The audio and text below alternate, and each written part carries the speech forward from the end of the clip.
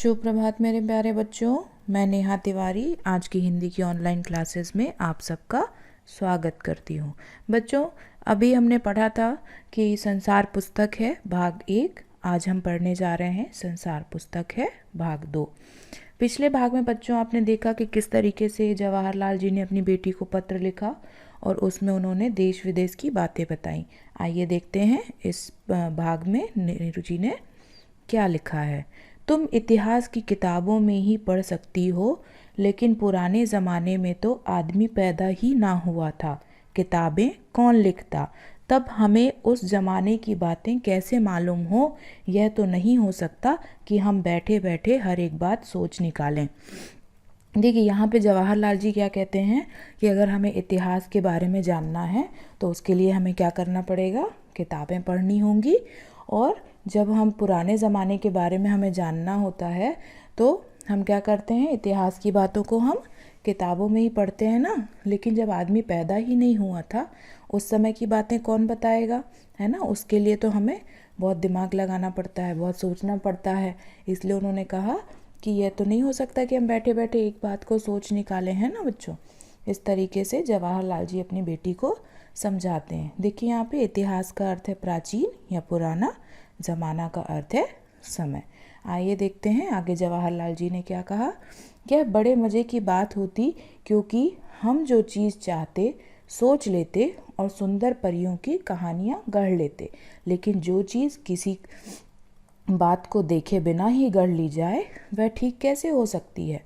लेकिन खुशी की बात है कि उस पुराने ज़माने की लिखी हुई किताबें ना होने पर भी कुछ ऐसी चीज़ें हैं जिनसे हमें उतनी ही बातें मालूम होती हैं जितनी किसी किताब से होती हैं।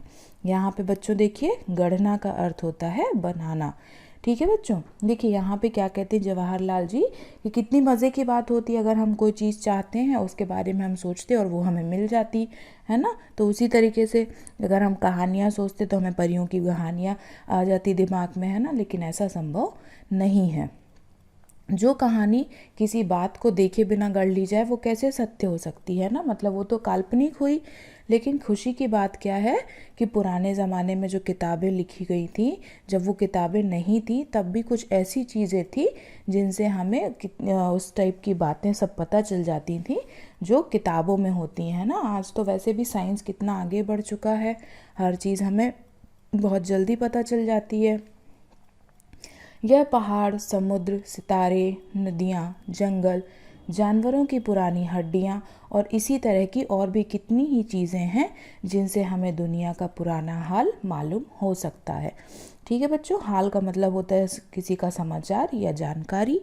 तो यहाँ पे क्या कहते हैं जवाहरलाल जी कि पहाड़, समुद्र, सितारे, नदियाँ, जंगल, जानवरों की पुरानी हड्डियाँ और इसी तरह से और भी बहुत सारी चीज़ें हैं जिससे हमें क्या पता चलता है, दुनिया का समाचार या दुनिया के बारे में जानकारी पता चलती है।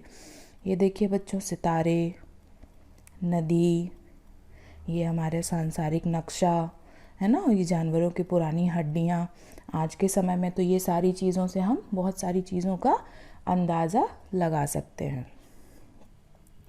मगर हाल जानने का असली तरीका यह नहीं है कि हम केवल दूसरों की लिखी हुई किताबें पढ़ लें, बल्कि खुद संसार रूपी पुस्तक को पढ़ें। मुझे आशा है कि पत्थरों और पहाड़ों को पढ़कर तुम थोड़े ही दिनों में उनका हाल जानना सीख जाओगी। खुद मतलब बच्चों स्वयं। ठीक है, तो यहाँ पे जवाहरलाल जी कहते हैं कि हमें अगर सिर्फ बाहरी दुनिया के बारे में जानकारी चाहिए तो इसका ये मतलब नहीं है कि हम केवल किताबों को पढ़ें, है ना। हमें क्या करना चाहिए, खुद संसार रूपी पुस्तक को पढ़ें, मतलब हम खुद अनुभव ग्रहण करें, अनुभव लें उस तरीके से काम करके या जिस भी तरीके से कि हमें जो बातें हमें किताबों से मालूम होती हैं उसे हम क्या करें, खुद भी एहसास करें उन बातों का। ठीक है बच्चों,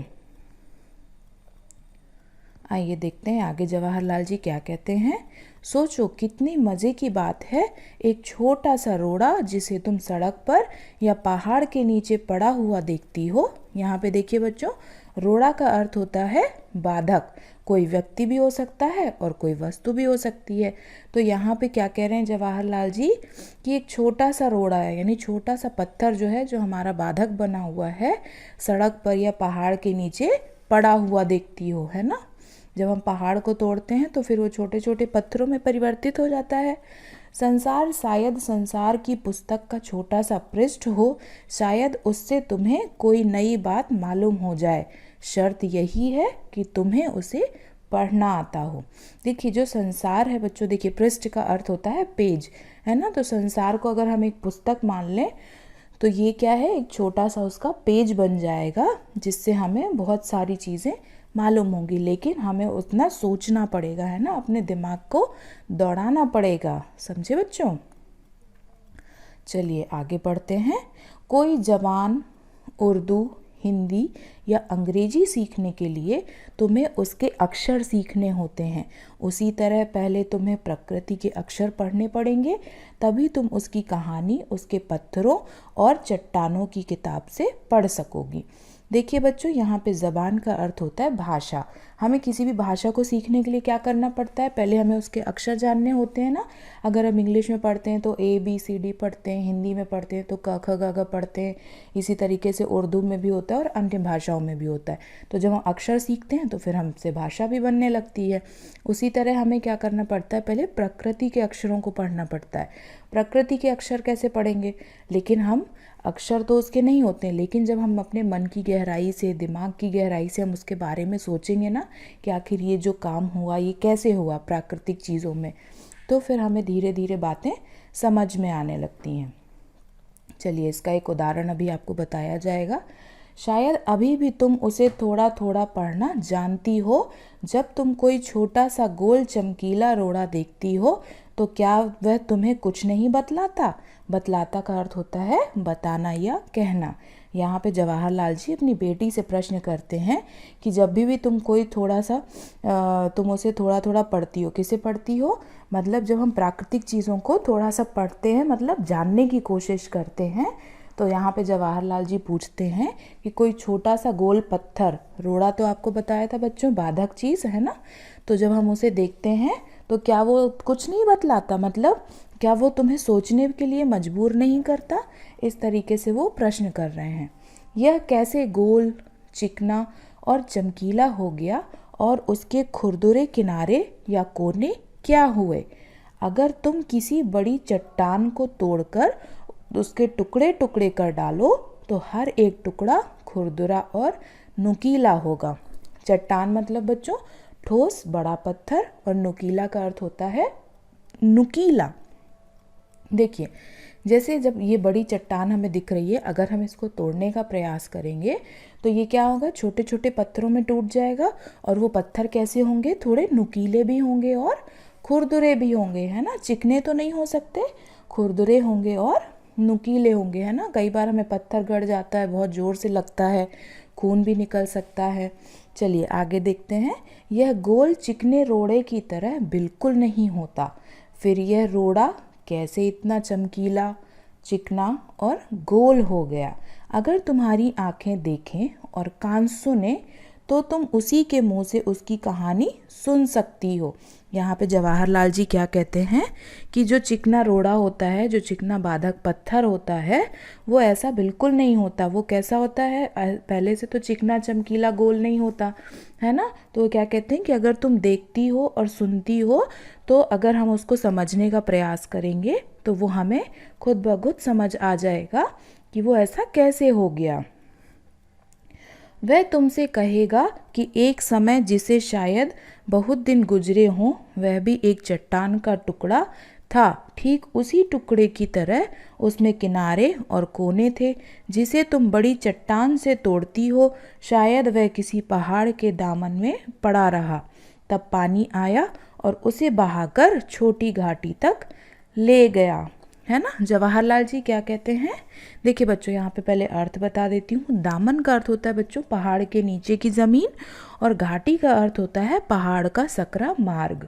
तो यहाँ पे जवाहरलाल जी क्या कहते हैं कि जो वो चट्टान का टुकड़ा होता है ना, वो कैसा होता है, खुरदुरा होता है और नुकीला होता है ना। फिर वो क्या होता है, टुकड़ा, उसमें किनारे और कोने होते हैं। जब वो चट्टान टूटती है फिर वो क्या होता है, पहाड़ के नीचे ज़मीन पर पड़ा रहता है और फिर कभी पानी आता है और उसे बहाकर कहाँ ले जाता है, छोटी घाटी की तरफ ले जाता है। चलिए आगे देखते हैं उस पत्थर के साथ क्या होता है।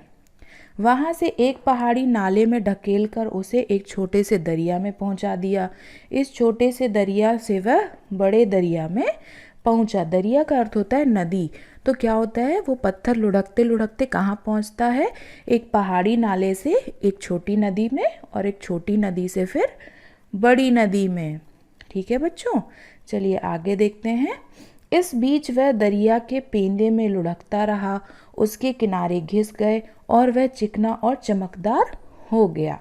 इस तरह वह कंकड़ बना जो तुम्हारे सामने है। देखिए बच्चों, यहाँ पे पेंदी का अर्थ होता है सबसे निचला हिस्सा। तो क्या होता है, वो जो पत्थर होता है वो लुढ़कते लुढ़कते कहाँ, नदी के निचले हिस्से में, है ना, जो पेंदी होती है उसका निचला हिस्सा होता है, वहाँ पे पहुँच जाता है। जिससे कारण क्या होता है, पहुँचते पहुँचते वहाँ लुढ़कते लुढ़कते उसके जो किनारे होते हैं वो घिस जाते हैं और घिसते घिसते वो क्या होता है, चिकना भी हो जाता है और चमकदार भी बन जाता है। और इस तरीके से वो एक चमकदार कंकड़ के रूप में हमारे सामने आता है। ठीक है बच्चों, चलिए। किसी वजह से दरिया उसे छोड़ गया और तुम उसे पा गई। अगर दरिया उसे और आगे ले जाता तो वह छोटा होते होते अंत में बालू का एक जर्रा हो जाता और समुद्र के किनारे अपने भाइयों से जा मिलता। यहाँ पे देखिए जवाहरलाल जी अपनी बेटी को क्या बता रहे हैं कि अगर किसी वजह से नदी उसे छोड़ गई होगी तभी वो तुमको मिल गया, है ना, अपनी बेटी को कह रहे हैं। और अगर वो दरिया जो नदी थी अगर वो उसको आगे ले जाती तो वो क्या होता, घिसते घिसते वो और छोटा हो जाता और कैसा बन जाता, बालू की तरह बन जाता। बालू का मतलब होता है बच्चों रेत और जर्रा का मतलब होता है कण। मतलब बालू का एक छोटा सा वो कण हो जाता घिसते घिसते, है ना। और समुद्र के किनारे अपने भाइयों से मिलना मतलब समुद्र के किनारे ढेर सारी रेत होती है ना, तो वहाँ पे जाके वो उनके साथ इकट्ठा हो जाता। ठीक है बच्चों, अच्छा लग रहा है ये पाठ। जहाँ एक सुंदर बालू का किनारा बन जाता जिस पर छोटे छोटे बच्चे खेलते और बालू के घरौंदे बनाते, है ना बच्चों। आप लोग भी जब जाते होंगे कभी समुद्र के किनारे तो आप लोग क्या करते हैं, छोटे छोटे घर बनाते हैं ना, रेत के घरौंदे मतलब मिट्टी के छोटे घर, है ना। तो अगर वो रेत वहाँ पे पहुँचती, वहाँ पे जब वो कंकड़ जो है वो पत्थर रेत में बदल जाता तो क्या होता है, एक सुंदर बालू का किनारा बन जाता और फिर बच्चे क्या करते, वहाँ पे जाते खेलते और घर में वहाँ पे मिट्टी के घर बनाते। ठीक है बच्चों, आप लोग भी ऐसा करते होंगे।